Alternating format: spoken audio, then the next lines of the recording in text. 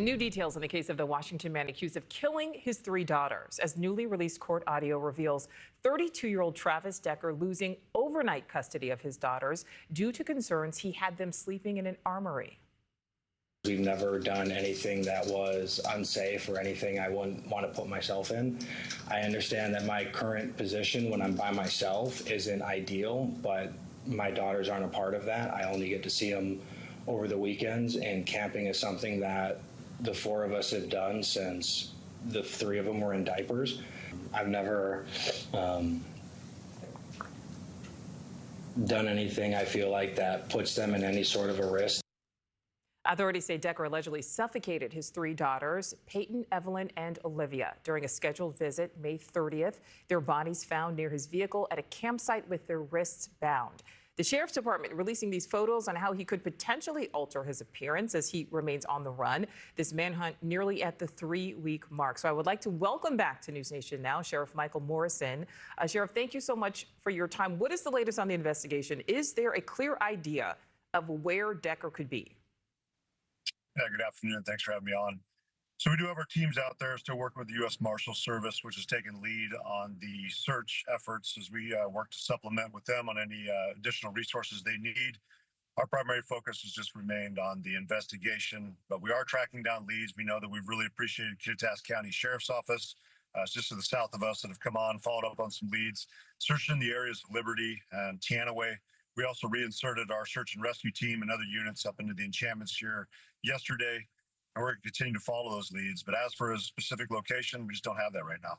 And so we have these newly released images showing ways that he may have altered his appearance. So is he possibly hiding in plain sight?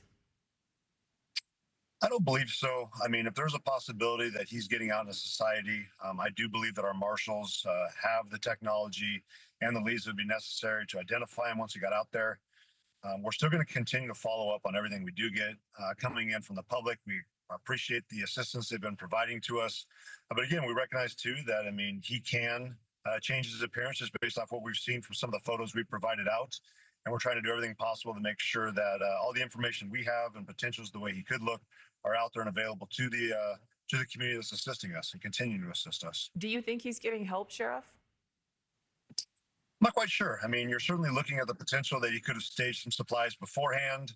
There's some that may be sympathetic to his cause, which I think would be misguided. I mean, he's accused of murder, not just once, but 3 times, and he is a danger. So, I mean, for those that might have sympathy towards him, please allow the opportunity for us to do our job, set up that opportunity for him to be in front of our courts. And if he has different information he'd like to present and he thinks there's a way that he could clear his name, let's go through the proper channels. But as far as we can see it, he's still our suspect of interest. He's the subject we want to take into custody. And we want to set up that meeting where he can stand in front of our courts and speak his side of the story. And he does have military training. You said, he may have set some stuff up ahead of time.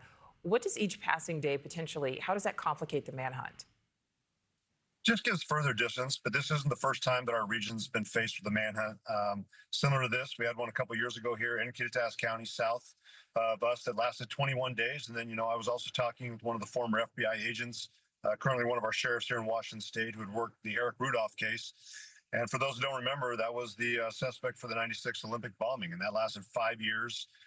There was a search area that was similar to ours up in the mountains of northwest North Carolina. And so we're in it for the long haul if need be, but clearly we recognize that when we miss the windows that we're getting every single day, that it's just going to make the search probably go longer. And Sheriff, do you think he will be brought in alive? That is our hope. That's ultimately up to him.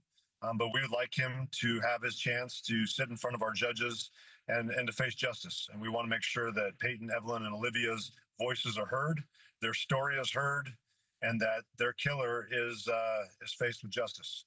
Thank you for watching. Subscribe below and download our NewsNation app right now on your phone, and you will get fact-based, unbiased news for all Americans.